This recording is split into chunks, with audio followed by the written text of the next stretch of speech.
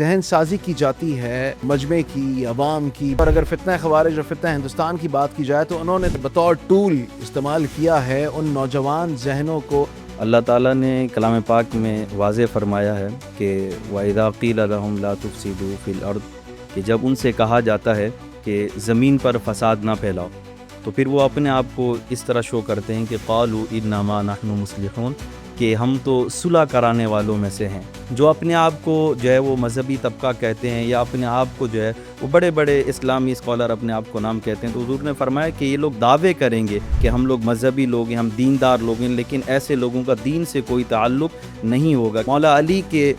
دور میں فتنۃ الخوارج جو ہے وہ جو ہے ایک باضابطہ طور پر ظاہر ہوا، سامنے آیا، تو مولا علی نے فرمایا کہ یہ تلوار تو اٹھاتے ہیں مگر باطل کے لیے اور حق کے لیے نہیں۔ ریاست کے خلاف کھڑا ہونے کا فیصلہ کرتا ہے تو اس کے لیے شریعت میں کیا احکامات ہیں؟ فرد واحد ہو یا کوئی تنظیم ہو یا کوئی گروہ ہو، وہ ریاست کے خلاف کھڑا نہیں ہو سکتا، کیونکہ اس کے لیے ملک پاکستان کا آئین بھی موجود ہے اور دین اسلام بھی کسی شخص کو بھی ایسی اجازت نہیں دیتا۔ اگر کوئی شخص ریاست کے خلاف کھڑا ہوتا ہے اور ان لوگوں کے خلاف ان کے ساتھ یا ان کی کارروائیوں میں ملوث ہوتا ہے کہ جو ملک اور قوم اور ملت کے لیے نقصان دہ ہوں، تو فرمایا ایسے لوگوں کے لیے سخت کارروائیاں کی جائیں۔ اگر وہ باز نہ آئے تو یہاں تک بھی حکم ہے کہ ان کو قتل کر دیا جائے۔ یہ تو ملک پاکستان میں ہم شکر گزار ہیں کہ ہماری افواج پاکستان موجود ہے کہ ایسے لوگوں کا سد باب کر رہی ہے، اور ہمیں اب تک الحمدللہ ایسے لوگوں سے حفاظت ملی ہوئی ہے۔ السلام علیکم، اینگل 360 کے ساتھ میں ہوں محمد علی سومرو۔ فتنہ خوارج اور فتنہ ہندوستان کی جانب سے ملک میں امن و امان کو نقصان پہنچانے کے لیے، بدامنی اور تخریب کاری کو پھیلانے کے لیے ایسی دہشت گردی کی کارروائیاں کی جاتی ہیں کہ جس سے نہ صرف معصوم لوگوں کو نقصان پہنچتا ہے، ان کی جان مال املاک کو نقصان پہنچتا ہے، بلکہ ملک میں بھی ریاستی ریٹ کو چیلنج کرنے کی کوشش کی جاتی ہے۔ لیکن جب ریاست کی جانب سے، حکومت کی جانب سے، لا انفورسمنٹ ایجنسیز اور اداروں کی جانب سے ان کے خلاف کارروائیاں کی جاتی ہیں، تو پھر یہی خارجی سوڈو نیمز کے ساتھ مختلف تنظیموں کے نام لے کر اور اسلام کا جھوٹا نام اور جھوٹا پرچم لے کر سامنے آتے ہیں، اور پھر یہ کہتے ہیں کہ ہم جو کچھ کر رہے تھے وہ اسلام کے لیے کر رہے تھے، تبھی ان کو خارجی کہا جاتا ہے۔ اب خارجی کی اصل تعریف کیا ہے؟ قرآن پاک میں اللہ پاک کے احکامات کیا ہیں، اور آقا دو جہاں حضرت محمد مصطفیٰ صلی اللہ علیہ وآلہ وسلم کی سنت کی روشنی میں اور ان کے احکامات کی روشنی میں خارجی کی تعریف کیا بیان کی گئی ہے، یہ جاننے کے لیے آج کے اس پوڈ کاسٹ میں ہمیں جوائن کیا ہے مولانا محمد ناصر نعیمی صاحب نے۔ السلام علیکم مولانا صاحب، کیسے ہیں آپ؟ وعلیکم السلام ورحمۃ اللہ وبرکاتہ۔ الحمدللہ میں خیریت ہوں، آپ خیریت سے ہیں؟ الحمدللہ، بہت شکریہ آپ کی آمد کا۔ مجھے یہ بتائیے گا، یہ موضوع جو کہ بہت حساس موضوع ہے، اپنے طور پر تو یہ بہت واضح ہے اور اس میں کوئی شکوک و شبہات نہیں ہے، لیکن چونکہ ذہن سازی کی جاتی ہے مجمع کی، عوام کی، بالخصوص نوجوانوں کی، اور یہ بتا کر تاثر دیا جاتا ہے کہ جو ہم کہہ رہے ہیں یا جو ہمارا نظریہ ہے وہی نظریہ بہتر ہے۔ یہ میں بات کر رہا ہوں بالخصوص خوارج کی، اور اگر فتنہ خوارج اور فتنہ ہندوستان کی بات کی جائے تو انہوں نے تو اس آلے کو یعنی بطور ٹول استعمال کیا ہے ان نوجوان ذہنوں کو تخریب کاری اور دہشت گردی کی طرف مائل کرنے کے لیے، کہ جس میں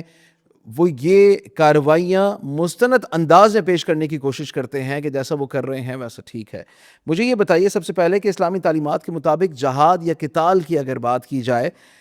اس کا فیصلہ کرنے کا اختیار تو ریاست کے پاس ہے، کیا فرد واحد کے پاس بھی اختیار ہے؟ قرآن اور احادیث کی روشنی میں بتائیے گا۔ جی، بسم اللہ الرحمن الرحیم۔ اللہ تعالیٰ نے کلام پاک میں واضح فرمایا ہے کہ وَإِذَا قِيلَ لَهُمْ لَا تُفْسِدُوا فِي الْأَرْضِ،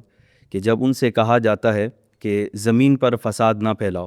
تو پھر وہ اپنے آپ کو اس طرح شو کرتے ہیں کہ قَالُوا إِنَّمَا نَحْنُ مُصْلِحُونَ، کہ ہم تو صلح کرانے والوں میں سے ہیں۔ اور ایسا لوگ جو ہے جو فتنہ پھیلاتے ہیں، یا فتنۃ الخوارج کی بات کریں، تو ایسی تنظیم کا آغاز جو ہے حضور علیہ الصلوۃ والسلام کے ہی دور میں ہوا کہ ایک موقع پر حضور علیہ الصلوۃ والسلام جو ہے مال غنیمت تقسیم فرما رہے تھے، اور ایک شخص کھڑا ہوا اور اس نے حضور علیہ الصلوۃ والسلام کی بارگاہ میں یہ بات جو ہے گستاخی کے طور پر کہی کہ یا رسول اللہ آپ انصاف کیجئے۔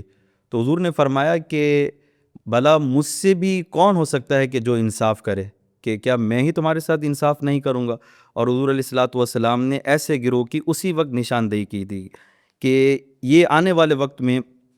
ایک ایسا گروہ ہوگا کہ ان کی نمازیں تمہاری نمازوں سے اچھی ہوں گی اور ان کے روزے تمہارے روزوں سے اچھے ہوں گے، اور فرمایا کہ یہ دین اسلام سے اس طرح نکل جائیں گے جیسے تیر جو ہے وہ کمان سے نکل جاتا ہے، اور ایک روایت میں یوں بھی ہے کہ جیسے تیر جو ہے وہ شکار سے نکل جاتا ہے۔ تو ایسے لوگوں کے لیے تو واضح قرآن پاک کی یہ آیات موجود ہے، اور یہ لوگ جو اپنے آپ کو جو ہے وہ مذہبی طبقہ کہتے ہیں یا اپنے آپ کو جو ہے وہ بڑے بڑے اسلامی اسکالر اپنے آپ کو نام کہتے ہیں، تو حضور نے فرمایا کہ یہ لوگ دعوے کریں گے اپنے آپ کو کہ ہم لوگ مذہبی لوگ ہیں، ہم دیندار لوگ ہیں، لیکن ایسے لوگوں کا دین سے کوئی تعلق نہیں ہوگا، کیونکہ حضور نے فرمایا کہ ان کی نشانیاں یہی ہیں کہ یہ قرآن ایسا پڑھیں گے کہ تمہارے مقابلے میں ایسا قرآن کوئی نہیں پڑھتا ہوگا۔ تو ایسے لوگوں کی پہچان تو حضور علیہ الصلوۃ والسلام نے اپنے بھی دور میں کرائی، اور مولا علی کے دور میں فتنۃ الخوارج جو ہے وہ جو ہے ایک باضابطہ طور پر ظاہر ہوا، سامنے آیا، تو مولا علی نے فرمایا کہ یہ تلوار تو اٹھاتے ہیں مگر باطل کے لیے اور حق کے لیے نہیں، اور جو لوگ جو ہے چاہے وہ فرد واحد ہو یا کوئی تنظیم ہو یا کوئی گروہ ہو، وہ ریاست کے خلاف کھڑا نہیں ہو سکتا، کیونکہ اس کے لیے ملک پاکستان کا آئین بھی موجود ہے اور دین اسلام بھی کسی شخص کو بھی ایسی اجازت نہیں دیتا۔ اگر یہاں پہ یہ بتا دیں، اگر کوئی شخص فرد واحد یا کوئی گروہ ریاست کے خلاف، بالخصوص اگر میں بات کروں پاکستان کی، کھڑا ہونے کا فیصلہ کرتا ہے تو اس کے لیے شریعت میں کیا احکامات ہیں؟ اس کے لیے کلاسیکل فقہ میں اس کے لیے یہ ہے، اگر کوئی شخص ریاست کے خلاف کھڑا ہوتا ہے اور ان لوگوں کے خلاف ان کے ساتھ یا ان کی کارروائیوں میں ملوث ہوتا ہے کہ جو ملک اور قوم اور ملت کے لیے نقصان دہ ہوں، تو فرمایا ایسے لوگوں کے لیے سخت کارروائیاں کی جائیں۔ اگر وہ باز نہ آئے تو یہاں تک بھی حکم ہے کہ ان کو قتل کر دیا جائے، کہ ملک اور قوم اور ملت کے لیے جو لوگ نقصان دہ ہوں اور بالخصوص دین اسلام کو نقصان پہنچا رہے ہوں، حضور نے فرمایا ایسے لوگوں کو قتل کر دیا۔ بہتر ہے۔ یہاں پہ یہ بھی بتا دیں، بالخصوص دہشت گردی کی اگر بات کی جائے، دہشت گردی کے واقعات ہوں یا فساد پھیلانے والوں کے بارے میں اگر میں آپ سے پوچھوں، یہاں پر تو یہ بھی تاثر ہے نا کہ جو گھر سے روٹتا ہے، سڑک پہ نکل آتا ہے، 4 پتھر ہاتھ میں لے لیتا ہے، سڑک بند کر دیتا ہے، تو ان کے لیے بھی احکامات الہیہ میں یا شریعت میں کوئی احکامات ہیں کہ کیا ان کے ساتھ رویہ رکھا جائے اور ریاست ان کے ساتھ کیسے پیش آئے؟ دیکھیں کہ جو لوگ جو ہے روڈوں پر نکل آتے ہیں، کیونکہ دور حاضر میں بہت بڑا یہ مسئلہ بن چکا ہے، تو یہ حدیث میں اگر آپ دیکھیں نا خوارج کی نشانیوں میں سے، تو ان میں ایک نشانی یہ بھی ہے، جو خوارج کے جو لوگ ہوں گے نا، جو فتنہ پھیلائیں گے، فرمایا وہ نو عمر ہوں گے، یعنی نوجوان طبقہ ہوگا اور وہ کم عقل ہوں گے۔ تو یہ آرٹیفیشل انٹیلیجنس کا دور ہے، تو کوئی بھی چیز ایسی بنا کر ان کو دکھائی جاتی ہے جس میں وہ اشتعال میں آ کر سڑکوں پر یا روڈ پر آتے ہیں، تو ان کے لیے پہلا تو شرعی احکام یہی ہے کہ ٹیبل ٹاک کی جائے، ان کے ساتھ بیٹھ کر ان کے ساتھ بات چیت کی جائے، اور اگر اس سے باز نہ آئیں تو فرمایا بارہا ٹیبل ٹاکس کی گئی ہوں تو اگر اس کا حل یہی ہے نا کہ اگر کوئی شخص اس کے باوجود بھی وہ اس سے باز نہیں آتا تو فرمایا یا تو اس کو قید کر دیں یا اس کو ختم کر دیں۔ اور اگر آپ مجھے اجازت دیں، میں آپ سے پوچھوں، گو کہ یہ اتنا سخت سوال نہیں ہے، لیکن ان کے حلیے ویسے ہی ہوں جیسے ہمارے حلیے ہیں یا شریعت محمدی کے حلیے ہوں، ان کا پرچم بھی اسلام کا پرچم ہو، وہ نام بھی حضرت صلی اللہ علیہ وآلہ وسلم کا لیتے ہوں، ان کا کلمہ پڑھتے ہوں، اور پھر وہ فتنہ اور فساد پھیلائیں، تو ان کے لیے کیا احکامات ہیں؟ حضور نے فرمایا جو خوارج ہوں گے نا، جو فتنہ پھیلائیں گے، کہ ان کی نمازیں، ان کا روزہ، ان کا دین ہم سے اچھا ہوگا، لیکن وہ زمین میں جو ہے وہ فساد کریں گے، خون ریزی کریں گے، تو ایسے لوگوں کا تو سد باب ہونا چاہیے کہ جو ملک اور قوم اور دین کے لیے جو ہے وہ نقصان دہ ہوں، یا ہماری جغرافیائی سرحدیں ہیں ان کے لیے نقصان دہ ہوں، تو ان کا تو سد باب ہونا چاہیے۔ اور جب ان کی تلواریں یا ان کی بندوقیں یا ان کا ہاتھ یا ان کا کوئی بھی عمل ناموس رسالت صلی اللہ علیہ وآلہ وسلم کو بطور آلہ، بطور ٹول استعمال کرے، اس کے لیے کیا احکامات ہیں؟ بالخصوص ایسے میں کہ جب حضرت صلی اللہ علیہ وآلہ وسلم کی سنت کی روح سے انہوں نے انسانی جان، مال اور اس کی عزت کی زیادہ اہمیت قرار دیا ہے، تو حضرت صلی اللہ علیہ وآلہ وسلم کے کیا احکامات ہیں کہ جب ایک شخص کسی مسلمان کو قتل کر کے خوش ہو تو اس سے کیسے پیش آنا چاہیے؟ کہ قرآن پاک میں اللہ تعالیٰ نے فرمایا کہ والفتنۃ اشد من القتل، کہ فتنہ جو ہے وہ قتل سے زیادہ خطرناک ہے۔ اور یہ جو لوگ آج کل موجود ہیں جو خوارج کی صورت میں یا کسی کی بھی صورت میں ہیں، تو یہ دونوں فتنے پھیلا رہے ہیں کہ انسانیت کا قتل بھی کر رہے ہیں اور فتنہ بھی پھیلا رہے ہیں۔ اور قرآن پاک کی ایک آیت کا مفہوم ہے کہ اللہ تعالیٰ نے فرمایا کہ ایک جانی انسان کا قتل جو ہے وہ پوری انسانیت کا قتل ہے، اور کسی بھی ایسے شخص کو اجازت نہیں ہے کہ وہ اس نام پر کسی کا جو ہے ناحق قتل کر دے، مذہب کے نام پر یا دین کے نام پر جو ہے وہ اپنے جذبات میں میں آ کر جو ہے وہ قتل کرے، دین اسلام اس کو ہرگز اس طرح کی کوئی اجازت نہیں دیتا ہے۔ مولانا صاحب، جب آپ یہ کہتے ہیں کہ اجازت نہیں دیتا، ٹھیک ہے، یہ احکامات تو بہت واضح ہیں، ایسے میں کیا کرنا چاہیے؟ ریاست کے لیے کیا احکامات ہیں کہ کوئی شخص یا کوئی گروہ جن کو یہ اجازت نہیں ہے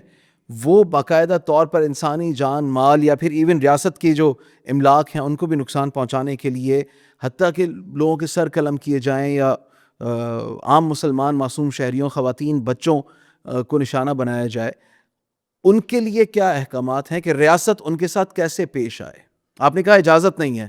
کیا کیا جائے ان کا؟ تو ریاست کے لیے یہی ہے کہ اگر کوئی شخص اپنی کوئی ایسی بات سامنے لے کر آتا ہے کہ ان کو لگتا ہے کہ ان کو سنا جائے، اور اگر ان کی کوئی ایسی بات نہیں ہے کہ جو قابل قبول نہیں ہے کسی بھی صورتحال میں، تو اس کے لیے ملک پاکستان کا آئین موجود ہے، آئین کے مطابق ان کو سزا ہونی چاہیے، اور ایسے لوگوں کا مکمل سد باب ہونا چاہیے کہ جتنے فتنے اٹھ رہے ہیں یہ کم ہوں۔ کیونکہ اگر آپ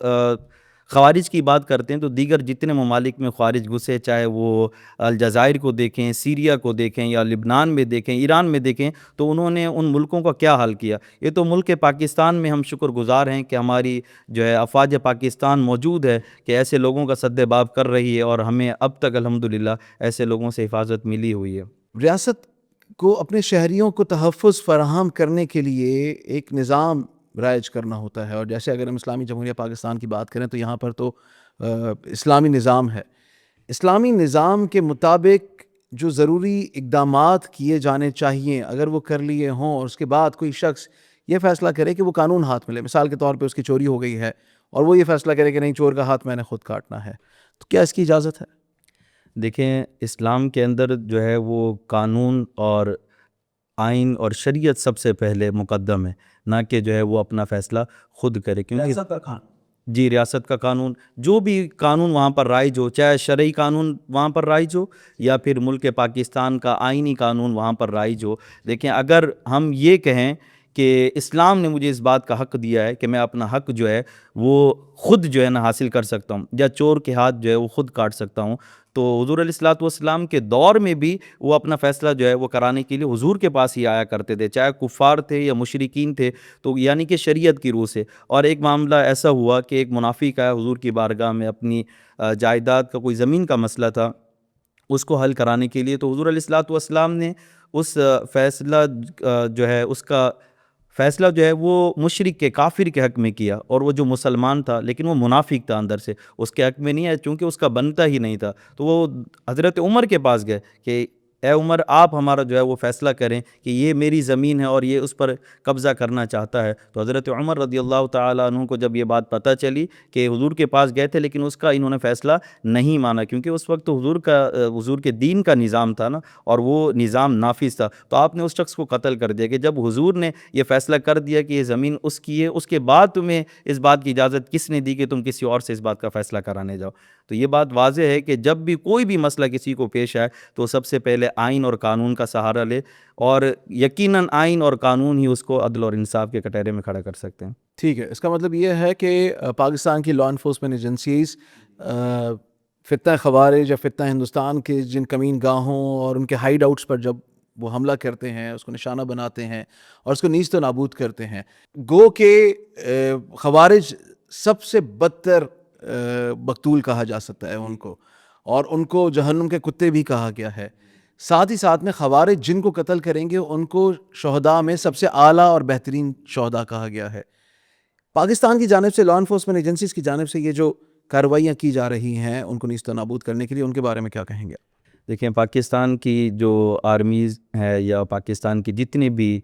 سرحدی اور محافظی ادارے ہیں، ہمارے عسکری ادارے ہیں، ان کو سب سے پہلے تو ہم سلام عقیدت پیش کرتے ہیں کہ یقیناً وہ قربانیاں دے رہے ہیں اور ہم چین کی نیند سو رہے ہیں۔ اگر وہ ان سرحدوں پر حفاظت نہ کریں تو یہ ہمیں چیل کووں کی طرح ہماری بوٹی بوٹی کر کے لے اڑیں، تو ان کے لیے تو ہم سلام عقیدت کرتے ہیں۔ اور جو لوگ ہمارے جو محافظین میں سے جو شہید ہوئے ان کے لیے دعا گو ہیں، اللہ تعالیٰ ان کے درجات کو بلند کرے، اور یقیناً یہ حضور علیہ الصلوۃ والسلام کے اس بات کے یہ حقدار ہوئے کہ حضور نے فرمایا ان کو قتل کرنے والے جو ہے وہ بہترین مجاہدین میں سے ہوں گے، اور جو ان کے ہاتھوں سے شہید ہوئے وہ بہترین شہید ہوں گے۔ تو اللہ تعالیٰ یقیناً ان کا جو ہے صلہ وہ آخرت میں تو دے گا ہی دے گا، لیکن ان کو دنیا میں بھی اس بات کا صلہ ضرور ملے گا۔ قبلہ میرا آخری سوال آپ سے یہ ہے کہ کیا علماء کے اوپر بھی کیا یہ ذمہ داری عائد نہیں ہوتی کہ وہ ممبر و محراب کو استعمال کرتے ہوئے جن معصوم اذہان کو خوارج ان کی ذہن سازی کرتے ہیں اور اس کو آلودہ کرتے ہیں،